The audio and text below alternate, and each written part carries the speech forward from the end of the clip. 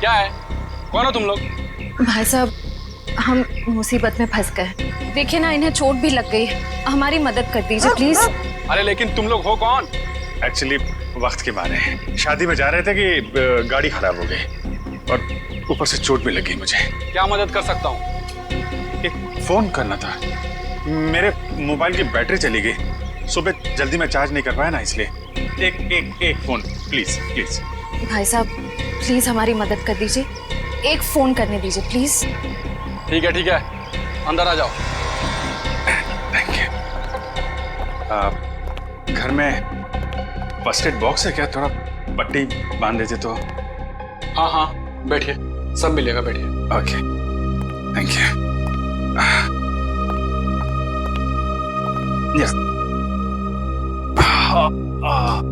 ओह, ये आपके पास pain killer है क्या? बहुत पेन हो रहा है। हाँ, वो भी मिलेगा। लीजिए, पहले आप पानी पीजिए। हाँ, या। मैं अपना मोबाइल और फर्स्ट एड बॉक्स लेकर आता हूँ, ठीक है? या।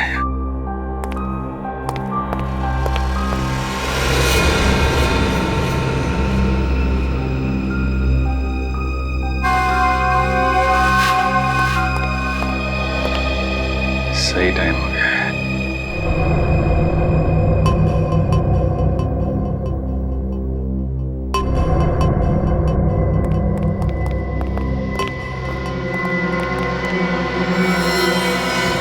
अरे ये बंदूक क्यों?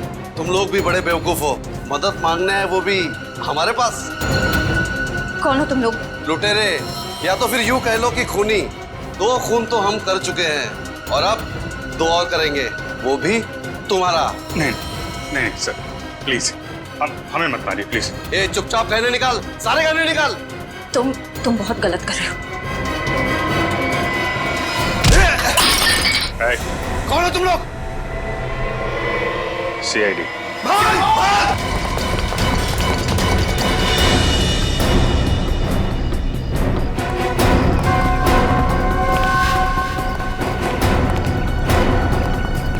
CID के सामने से भागना इतना आसान नहीं, वो भी 2 खून करके। माफ कर दीजिए साहब, हमें साहब प्लीज साहब माफ कर दीजिए। माफी के लायक तुमने काम ही नहीं किया जो तुम्हें माफ कर दिया जाए। तुम तीनों के खिलाफ बहुत सारे सबूत है हमारे पास। लक्षिता और इंद्राणी का खून किया तुम लोगों ने। चलो, टाइम पूरा हो गया तुम्हारा, निकलो।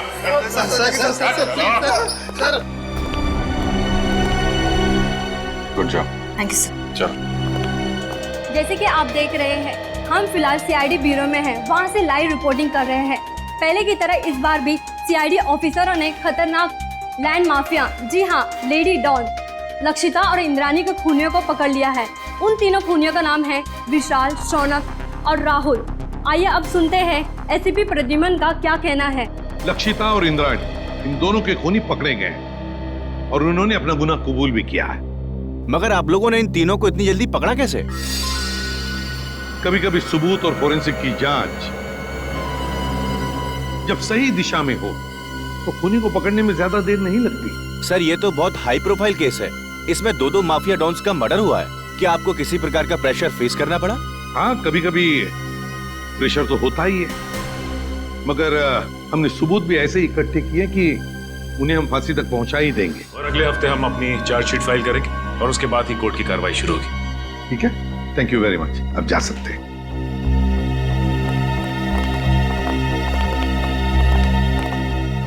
क्या हुआ दया? चुप क्यों? क्या परेशानी है? सर, पता नहीं क्यों मेरा दिल नहीं मानता कि ये तीनों खूनी हैं। क्या? क्यों? सर, फोरेंसिक रिपोर्ट और क्राइम सीन के इन्वेस्टिगेशन से तो यही साबित हुआ है कि खून उन तीनों ने ही किया है। तो सबसे बड़ी बात तो ये है सर कि उन तीनों ने अपना गुनाह कबूल कर लिया कि उन्होंने खून किए। दया सर, आपको कहीं ऐसा तो नहीं लगता ना कि हमने कहीं इन्वेस्टिगेशन में गलती की है या फिर कुछ नजरअंदाज किया हो? नहीं, वैसे तो हमारे इस डबल मर्डर की तहकीकात सही दिशा में जा रही है, हमेशा की तरह से। इस बार भी हमने सारे सबूत इकट्ठा कर लिए, पर पता नहीं क्यों मुझे कुछ सही नहीं लग रहा सर। जो दिख रहा है शायद वो है नहीं, और जो है वो दिख नहीं रहा है। आसान के बोल। शादी कर रहा है? क्यों जा रहा है? क्या?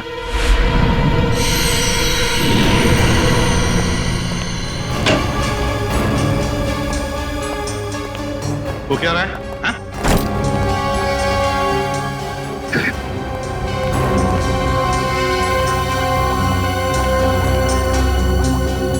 अरे डॉक्टर साहब आखिर बात क्या है?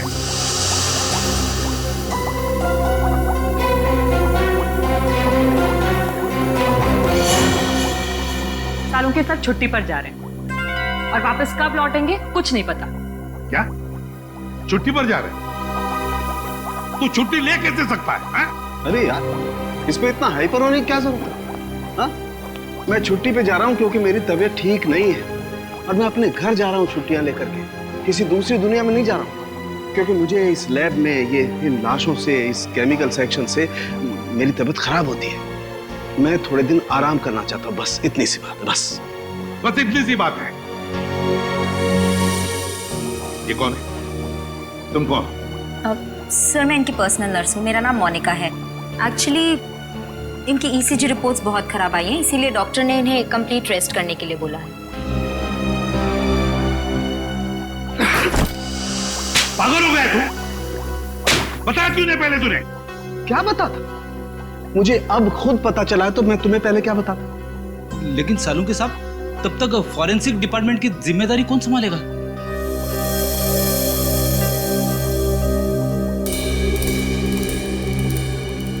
रेडी है मुझे नहीं पता है बॉस, किसी दूसरे फॉरेंसिक एक्सपर्ट को बुला लो। मैं कुछ दिन के लिए आराम करना चाहता हूं, मुझसे अब कुछ नहीं हो सकता है और मुझे नहीं मालूम मैं कब वापस लौटूंगा। Thank you.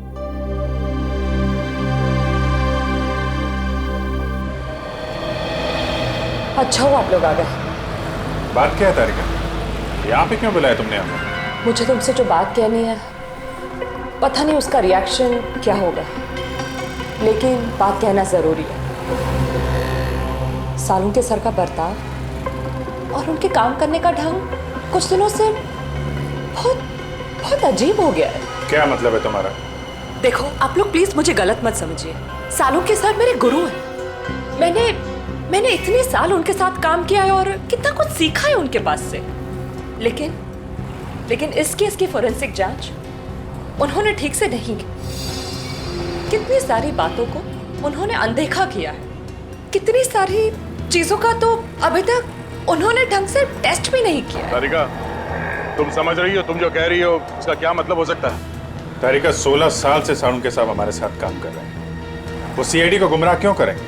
अगर तुम्हारा शक गलत निकला तो? अगर आप लोगों ने मुझे गलत साबित किया तो सबसे ज्यादा खुशी मुझे ही होगी। डॉक्टर तारिका की बातें अभी भी दिमाग में घूम रही है। आज तक कभी सालू के साहब के लिए उसने कुछ नहीं कहा, लेकिन आज ये समझ में नहीं आ रहा है अब हमें क्या करना चाहिए। कभी लगता है कि डॉक्टर सालों के कभी ऐसा कर ही नहीं सकते, कभी लगता है कि मेरा शक सही था। कहीं ना कहीं इस केस में हमसे कुछ गलती हो रही है। ना एक्सपीरियंस आदमी है सालू के साहब, लेकिन फिर क्या करें? एसीपी साहब को बोलना है? नहीं अभिजीत, भले एसीपी साहब डॉक्टर सालुंके के से झगड़ते हो, पर वो कभी नहीं मानेंगे कि ये फॉरेंसिक रिपोर्ट डॉक्टर साहब ने ठीक नहीं बनवाई। ये बात तो है।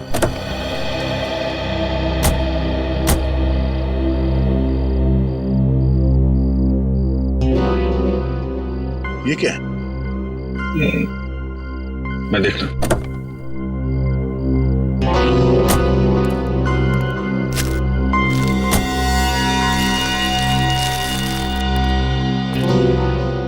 चॉकलेट पेपर जैसा लगता है। Chocolate paper? इतने प्यार से फोल्ड करके किसी ने वाइपर पे क्यों रखा?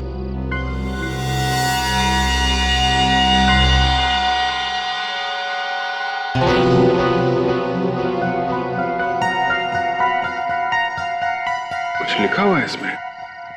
कहीं कोई मैसेज तो नहीं? हो सकता है, पर क्या है पढ़ने में आ नहीं रहा। कर चले देख।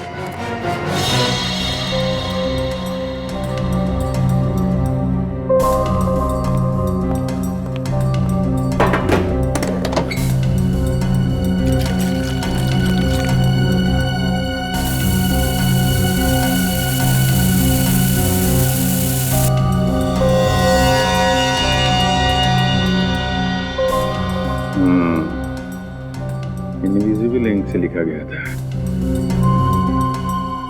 Hotel red central. Hotel red central? Lakshita और इंद्राणी की काम वाली सकूबाई ने भी होटल रेड सेंट्रल का ही नाम लिया था। लक्षिता मैडम और इंद्रानी मैडम 10 सितंबर को रेड सेंटर होटल में जाने वाले थे। होटल रेड सेंट्रल 111 10/9 111 10/9 10/9 मतलब 10 सितंबर, और 111 इस होटल का रूम नंबर हो सकता है। 10 सितंबर को लक्षिता और इंद्रानी का खून हुआ था। कहीं इस होटल रेड सेंट्रल के कमरा नंबर 111 का इस डबल मर्डर केस से कोई संबंध तो नहीं है? हो सकता है दया, इसका पता लगाना पड़ेगा।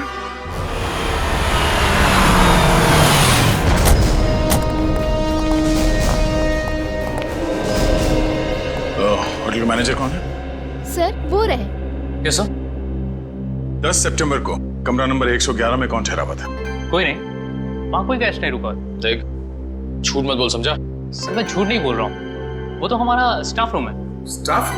जी, वो हमारे असिस्टेंट मैनेजर अंगद को दिया गया है। Angad assistant manager? जरा इस अंगद को बुला। सर वो तो अभी यहाँ नहीं। उनकी डिटेल्स तो होंगी आपके पास? Yes sir. राइट।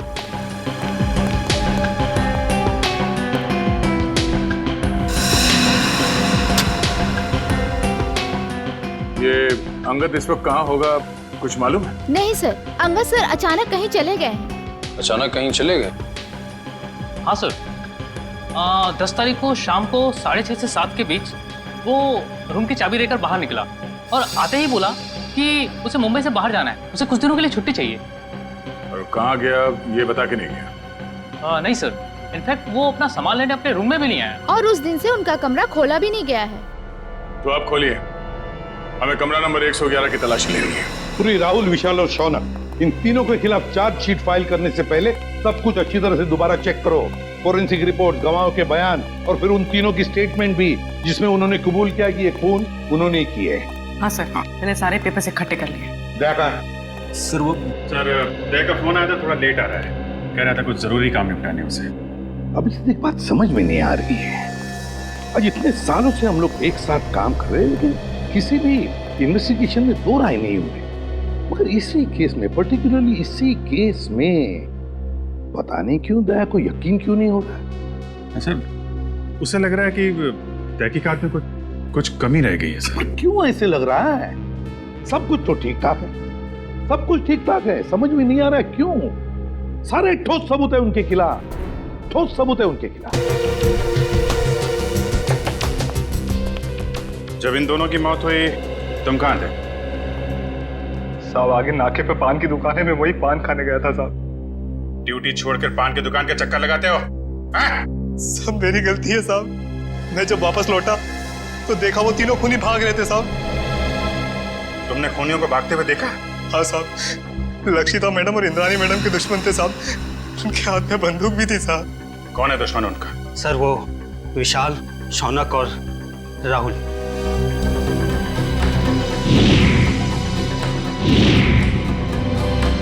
विशाल, शौनक और राहुल, ये तीनों तो वही है ना जिनके घर हथियार लेते तुम्हारी मैडम ने? ठीक कहा सर आपने।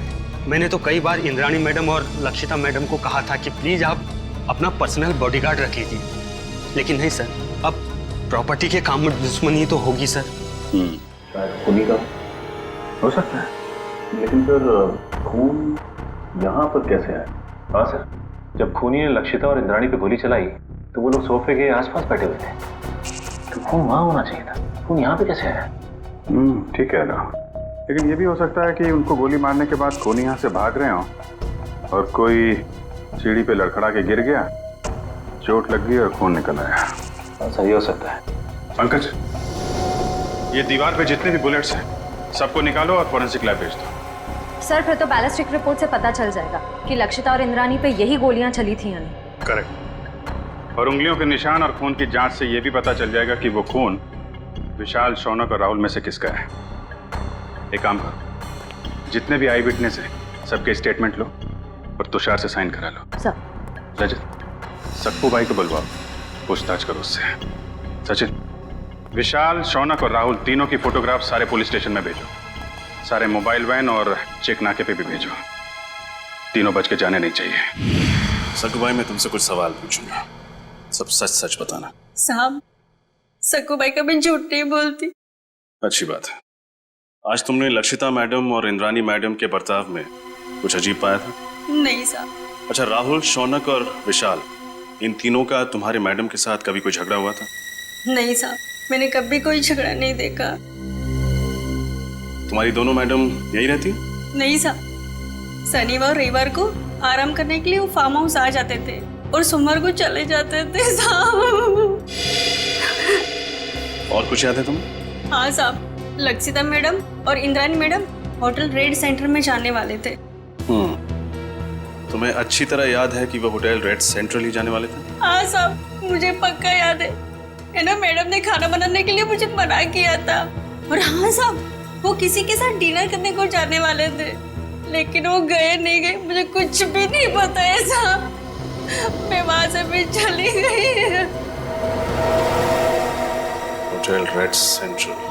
इतने सारे सबूत मिले अभिजीत, उंगलियों के निशान, फिर वो गोलियां भी जिससे खून हुआ है, और फिर गवाहों के बयान भी। वही तो सर, उन तीनों के पास इंद्राणी और लक्षिता को मारने का कारण भी था, क्योंकि उन्होंने उन तीनों को बेघर किया था। यहाँ तक कि वॉचमैन ने भी उन्हें खून करके भागते हुए देखा था। और साळुंखे साहब ने भी बताया है, उन्हीं की गोलियों से मौत हुई है लक्षिता और इंद्राणी की। साळुंखे की रिपोर्ट कभी गलत नहीं होती, कभी गलत नहीं होती। लेकिन इस केस की फोरेंसिक जांच उन्होंने ठीक से नहीं की। कितनी सारी बातों को उन्होंने अनदेखा किया है, कितनी सारी चीजों का तो अभी तक उन्होंने ढंग से टेस्ट भी नहीं किया। हाँ सर, साळुंखे साहब का काम तो एकदम पक्का होता ही है, पर पता नहीं क्यों अचानक उनकी तबीयत कैसे खराब हो गई। हाँ सर, साळुंखे सर जब क्राइम सीन पर आए थे वो तब से ही परेशान लग रहे थे, शायद तब से उनकी तबीयत खराब हो गई।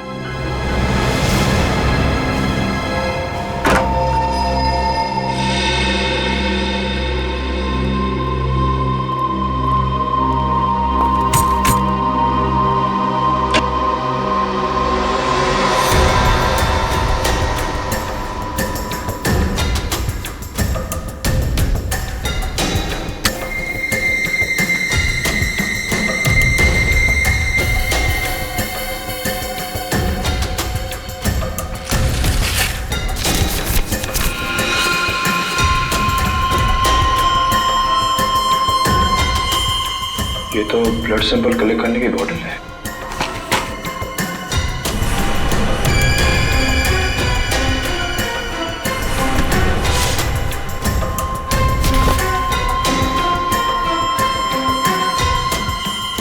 तो किसी चीज की ड्राइंग की गई इस पेपर में।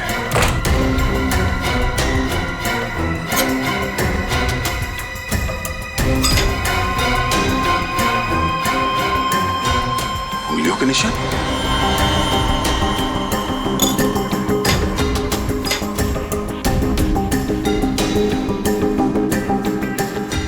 ये RVS सर,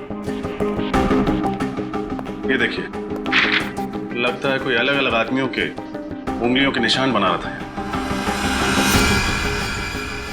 सर, क्या इस कमरे में अंदर के अलावा कोई और गया? नहीं सर, वही रहता था। मेरा इस मरीज में ये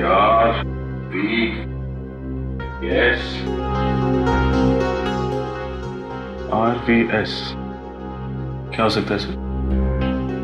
कहीं ये R से राहुल, S से शौनक और V से विशाल तो नहीं? सर, लेकिन अंगद ने इन तीनों के फिंगरप्रिंट्स उठाए कहां से? पानी के ग्लास पर से या फिर टेबल के ऊपर से?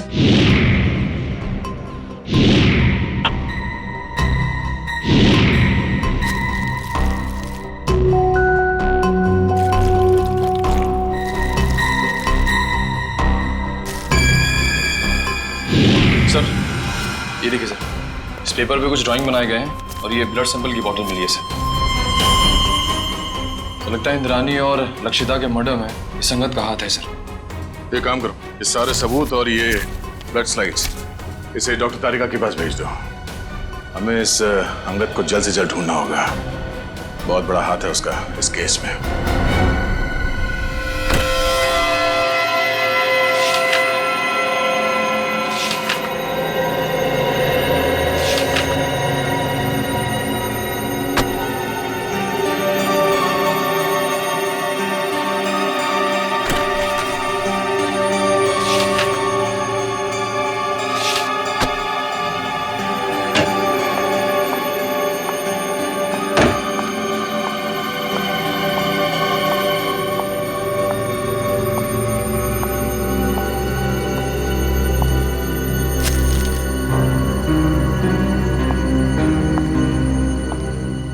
साहब, आप सचमुच जा रहे हैं? हाँ तारिका, मेरा काम खत्म हो गया है। और अब ये forensic lab, chemical section, evidence room, इन सब की चाबी तुम संभालो। मैंने अपनी जरूरत के कुछ कागजात अपने साथ ले लिए। लेकिन सर, आप ये पेपर्स और फाइल्स क्यों लेकर जा रहे हैं? आपकी तबीयत खराब है इसलिए आपने छुट्टी लिया ना, आराम करने के लिए? या फिर घर पे भी काम करने का इरादा है? नहीं नहीं, ऐसी बात नहीं तारिका। देखो, यहाँ का काम तो तुम संभाल लोगी, लेकिन भाई अगर कभी मुझे लैब की याद आई तो इन फाइल्स को देख करके अपना मन बहला लूंगा। सर, आप ऐसे क्यों बात कर रहे हैं? आप वापस लौटने वाले ना ठीक होकर? हाँ, यस, जरूर। एनीवे, तुम मेरी चिंता छोड़ो, यहाँ मन लगा के काम करना। देखो, अब तुम्हारी जिम्मेदारी ज्यादा बढ़ गई है। अब सर, अब हमें चलना चाहिए। आपके खाने का भी वक्त हो रहा है और फिर आपको दवाई भी तो देनी है ना।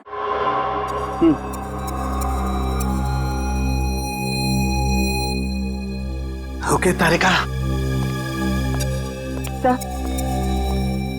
सर, अपना ख्याल रखिएगा और जल्दी से ठीक होकर वापस आइए। And you take care of yourself. चलिए।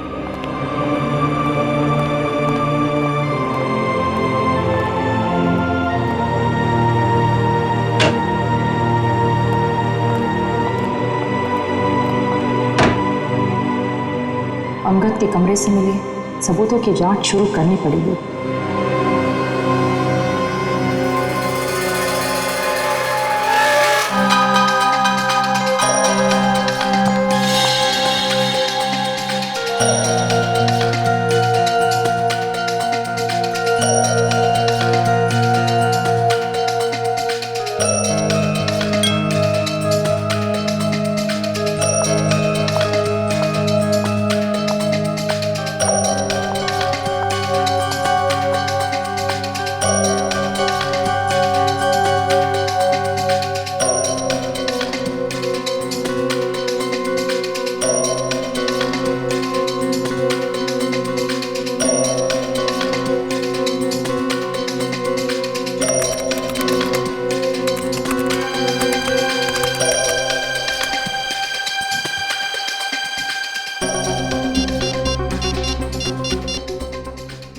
हेलो, डीएनए लैब जी, मुझे डीएनए की जांच करवानी है।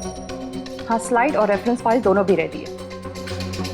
डॉक्टर सालुंखे एक्चुअली सालुंखे साथ छुट्टी पे है और उनके जगह जो नए हेड ऑफ द डिपार्टमेंट आने वाले हैं उन्हें ज्वाइन करने में थोड़ा टाइम है। लेकिन मैं इस केस में बिल्कुल डिले नहीं कर सकती, इसलिए प्लीज़ आप रिपोर्ट जल्द से जल्द रेडी कर दीजिए।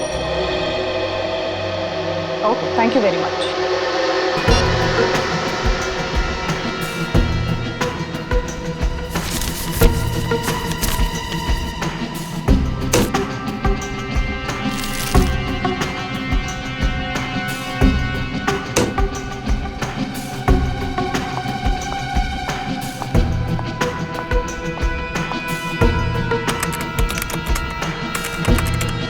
Oh God! ये कैसे हो सकता है?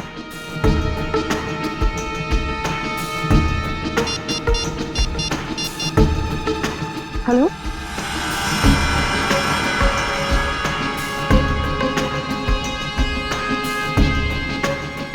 क्या आपको पूरा यकीन है कि वो खून उन्हीं का है?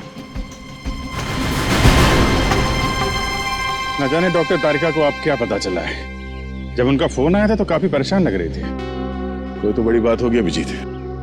मुझे लगता है लक्षिता और इंद्राणी के मर्डर केस को रीओपन करना चाहिए और नए सिरे से तहकीकात करनी चाहिए।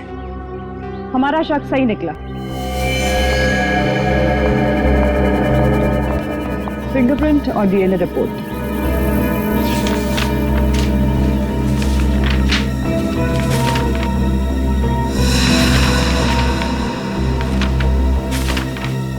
ये क्या? अंगद के कमरे से जो खून, बाल और फिंगरप्रिंट्स मिले थे तो शौनक, विशाल और राहुल से मैच हो गए। कमाल है, शौनक, विशाल और राहुल के खून और फिंगरप्रिंट्स हमें क्राइम सीन पे भी मिले थे। लक्षिता के पनवेल वाले फार्म हाउस पे, जहां पे उनकी लाशें मिली थी हमें। यही बात तो मेरी भी समझ में नहीं आ रही। अगर विशाल, शौनक और राहुल ने उन दोनों औरतों को उनके पनवेल वाले फार्म हाउस में मारा है, तो फिर उनके बाल, खून और फिंगरप्रिंट्स होटल रेड सेंट्रल के किसी स्टाफ रूम में कैसे आ गए? सर, राहुल, विशाल और मैं, हम तीनों हमारे गैर कानूनी सौदे के लिए होटल रेड सेंट्रल जाया करते थे। लेकिन सर, मैं कसम खा के कहता हूँ कि हम तीनों अंगद से कभी नहीं मिले। सर, मुझे तो ये भी नहीं पता कि मेरे उंगलियों के निशान अंगद के कमरे में आए कैसे। अंगद को पहले कभी मिले नहीं थे। रेडी, अंगद का फोटो दिखाओ। अब फोटो को देखकर बताओ, क्या तुमने इस आदमी को पहले कभी देखा है? जानते हो इसे? ये अंगद है, असिस्टेंट मैनेजर था रेड सेंट्रल होटल का। नहीं सर, हो सकता है कि आते जाते देख लिया हो, लेकिन सर मेरी इससे कभी कोई बातचीत नहीं हुई सर। हो सकता है तुम्हारे साथी विशाल और राहुल अंगद को जानते हो? नहीं सर, मैं दावे के साथ कह सकता हूँ कि राहुल और विशाल भी अंगद के लिए अजनबी है। शौनक, इस छोटी सी बोतल में हमें तुम्हारा खून मिला था। मेरा खून? हाँ, ये भी अंगद के होटल के कमरे से मिला था हमें। तुम्हारा ये खून वहां अंगद के कमरे में कैसे आया? मुझे नहीं पता सर। क्या पिछले 8-10 दिन में तुम्हें कोई चोट लगी थी जिसके कारण बहुत ज्यादा खून बहा? नहीं सर, ऐसा तो कुछ भी नहीं हुआ। तो फिर तुम्हारा ये खून इस बोतल में कैसे आया? सर, कुछ दिन पहले मुझे एक एलर्जी अटैक आया था। उसका ब्लड टेस्ट कराने के लिए मैं हॉस्पिटल गया था। तो हो सकता है कि... कौन सा hospital? Sir, paradise health care hospital. Paradise health care hospital? हाँ हाँ सर। उस पैथोलॉजिस्ट का नाम पता है तुम्हें जिसने तुम्हारा खून लिया था? सर, नाम तो नहीं पता, लेकिन सर वो दिखने में थोड़ी सी सावली थी, बाल उसके घुंघराले थे। सर, वो हॉस्पिटल की जूनियर पैथोलॉजिस्ट थी सर। सर, मुझे तो लगता है कि शौनक और उसके साथियों ने ही लक्षिता और इंद्राणी का खून किया है, और ये सब ड्रामा कर रहा है, नाटक कर रहा है। इसे ले जाओ, जाओ। चलो उठो। सर, जब से ये केस रीओपन हुआ है तब से और उलझता जा रहा है। पहले किसी ने मेरी गाड़ी में उस चॉकलेट के पेपर पे होटल रेड सेंटर लिखा, और उसी होटल के कमरे से ये अंगद गायब हो गया, और उसके कमरे में से इन तीनों के बाल, फिंगरप्रिंट्स और खून मिले। और सर, और क्या? सर, समझ में नहीं आ रहा कैसे कहूं आपको मेरी बात का यकीन होगा या नहीं। यकीन करूंगा या नहीं? साफ साफ बताओ दया। सर, वो डॉक्टर तारिका को डॉक्टर सालुंग के बर्ताव पे कुछ परेशानी है सर। उसे लगता है कि पोस्टमार्टम और फॉरेंसिक जांच के दौरान वो कुछ परेशान से थे, और उन्होंने ये सारे टेस्ट जल्दबाजी में किए थे। तुम सालुंखी पर शक कर रहे हो दया? सर, कुछ बात तो जरूर है। साफ साफ बताओ दया, बताओ बात क्या है? सर, मुझे लगता है कि सेहत का तो सिर्फ बहाना है। क्या मतलब? सर, मतलब डॉक्टर सालुंके का लैब में ना आने की असली वजह कहीं ये लक्षिता और इंद्राणी के डबल मर्डर केस तो नहीं है? अगर ये बात है दया, तो सालुंखे से मिलना पड़ेगा।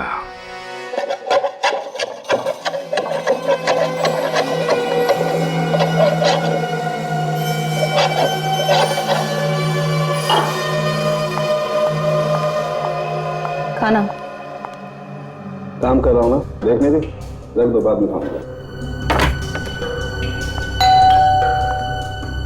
आप रुकिए, मैं देखती हूँ।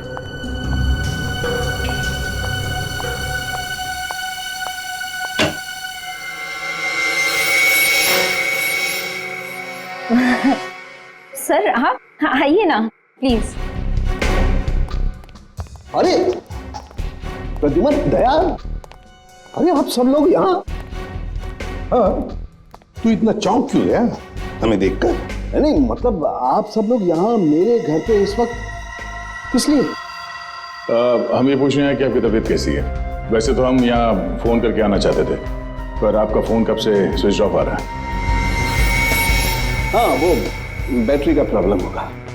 सर आपकी तबीयत कैसी है अब? मेरी तबीयत के बारे में छोड़ो, आप लोग ये बताओ कि आप लोग यहाँ पर किस लिए आए? क्यों, बस कुछ प्रॉब्लम हुई है? आसाम की प्रॉब्लम तो हुई है। हमारी इन्वेस्टिगेशन और तुम्हारे फोरेंसिक रिपोर्ट में कुछ गलती है। हाँ, गलती? हाँ, हो सकती है, गलती हो सकती है। गलती आपके इन्वेस्टिगेशन में हो सकती है, मेरी रिपोर्ट में कोई गलती नहीं हो सकती। मैं कभी कोई गलती नहीं करता हूं। कहीं आप मेरी 16 साल की काबिलियत पर शक तो नहीं कर रहे? सर प्लीज आप नाराज मत होइए, हमें बस लगा कि आपकी तबीयत खराब थी तो शायद गलती से आपसे कुछ चीजें नजरअंदाज हो गई हो, गलती से। डॉक्टर साहब, हम ये नहीं कह रहे कि आपने जानबूझ के कोई गलती की है। हमें बस इस बात की फिक्र है कि किसी बेगुनाह को सजा ना हो जाए। बेगुनाह को सजा नहीं होनी चाहिए। बेवकूफ नजर आता हूं मैं? मेरी शक्ल पर लिखा है कि मैं बेवकूफ हूं? क्या मतलब क्या आपका? 16 साल के बाद आप लोग मेरी काबिलियत पर, मेरी ईमानदारी पर शक कर रहे हैं। 16 साल मैंने ईमानदारी से काम किया और अब आप लोग घुमा घुमा करके ये कहना चाहते हैं कि सालू के बेवकूफ है। इतना गुस्सा क्यों हो रहा है? मैं गुस्सा इसलिए हो रहा हूं बॉस, तुम ये कहना चाहते हो कि 16 साल के बाद सालू के बेईमान है, उसने गलती की है, वो नाकाबिल है। ओके, अगर ऐसा है तो आप इंद्राणी और लक्षिता का पोस्टमार्टम दोबारा करवा लीजिए। That's it, बस। अरे सर, डॉक्टर साहब बात तो सुनिए। ये सालून के सबको हो क्या गया? उन्होंने एक बार भी नहीं पूछा कि हमें उनकी रिपोर्ट में कौन सी गलत बात लगती है। वही तो एक बार भी सालुंखे ने नहीं पूछा कि रिपोर्ट में गलती क्या है।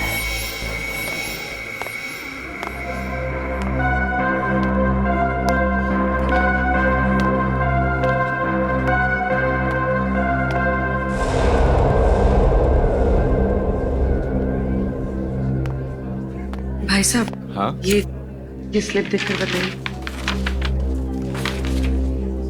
हाँ, आप इस डोर से अंदर चले जाइए।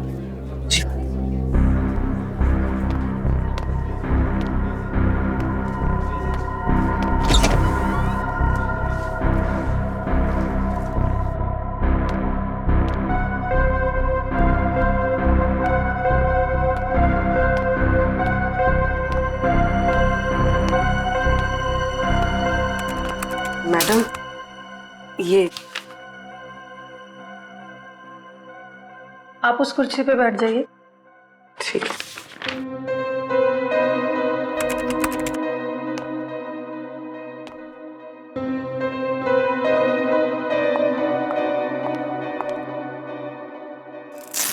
अपना हाथ दीजिए।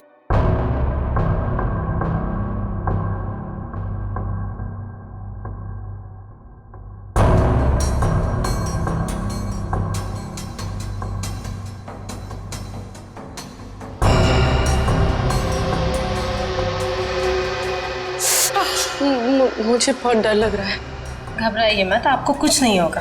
दीजिए।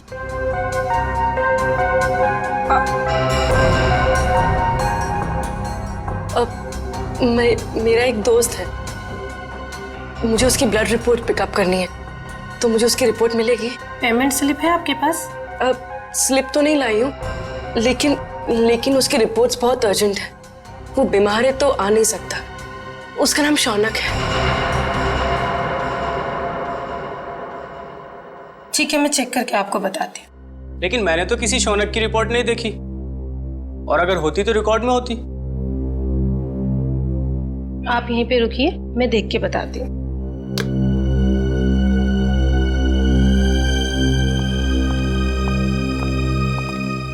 एक्सक्यूज मी, आप एक एक करके आइए। ये मेरे साथ है। आपके साथ है तो आप इन्हें कहिए कि बाहर इंतजार करें। सीआईडी किसी का इंतजार नहीं करती। सीआईडी? शौनक की रिपोर्ट कहाँ है? जल्दी बताओ। मुझे नहीं पता, मैं सच कह रही हूँ, मुझे कुछ भी नहीं पता। क्या किया तुमने शौनक के ब्लड सैंपल के साथ? मैं सच कह रही हूँ, मुझे कुछ नहीं पता इस बारे में। कुछ नहीं पता? मुझे कुछ नहीं पता सर, मुझे कुछ नहीं पता। मैं सच कह रही हूँ, मुझे कुछ नहीं पता। हमें पता है, ये रहा वो ब्लड सैंपल। जब तुमने शौनक का ब्लड टेस्ट किया ही नहीं तो उसकी रिपोर्ट कहां से बनती? अब बताओ, किसके कहने पे किया है तुमने ये सब? नाम बताओगी या एक और थप्पड़ खाना है? नहीं, अंगद नाम है उसका। अंगद? हाँ, वो मेरे कॉलेज का फ्रेंड है।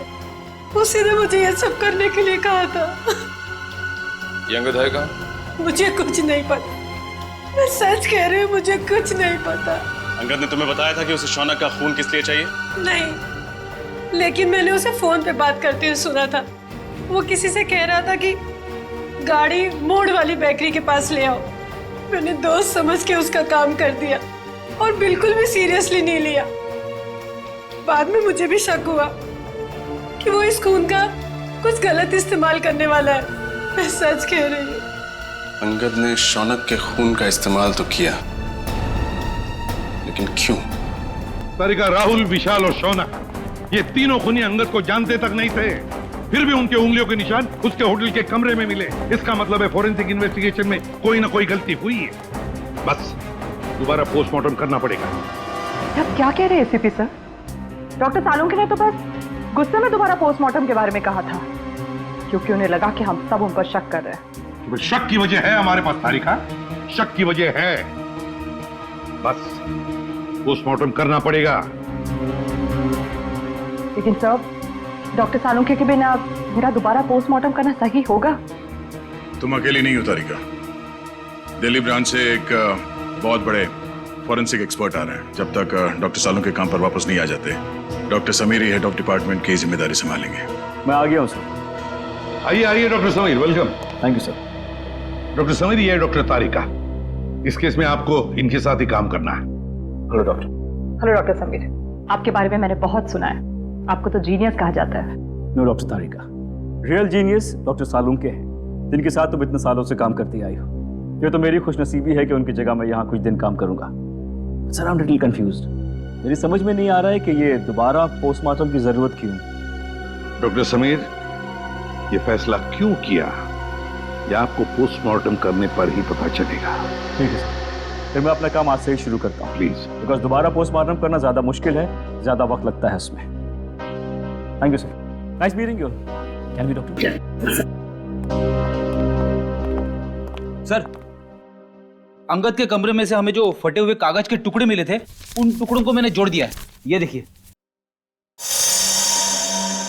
ये तो एक कमरे का नक्शा है। कमरे के बीचों बीच एक सोफा है। लगता है सोफे पे दो लोग बैठे हैं और सामने टीवी देख रहे हैं। डिजाइन से तो वही लिविंग रूम लगता है जहाँ से हमें इंद्रानी और लक्षिता की लाशें मिली थी। हाँ सर, जिस वक्त उनकी मौत हुई थी उस वक्त कमरे में टीवी चल रहा था। सर, सोफे पे जो दो लोग बैठे, मुझे तो लगता है ये इंद्रानी और लक्षिता है। सर, मगर लक्षिता के घर के लिविंग रूम का नक्शा अंगद के घर में क्या कर रहा है? सर, कहीं ऐसा तो नहीं कि ये नक्शा अंगद ने बनाया हो? सर, लक्षिता और इंद्रानी, इन दोनों का खून 9 से 11 के बीच में हुआ था सर। और ये अंगद होटल के कमरे से 7 बजे निकल गया था।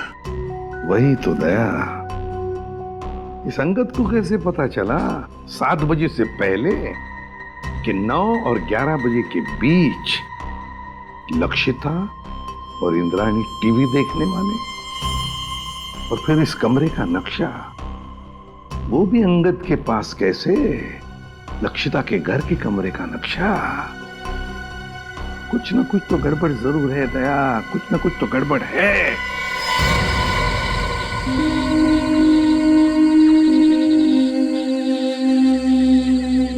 आप लोगों ने पुलिस बीट को फोन किया था? जी हाँ। क्या हुआ यहाँ पे? हम लोग यहाँ से जा रहे थे तो इस कार को इस हालत में देखा तो आपको फोन किया। आगे की सीट में एक आदमी है, शायद मर गया है।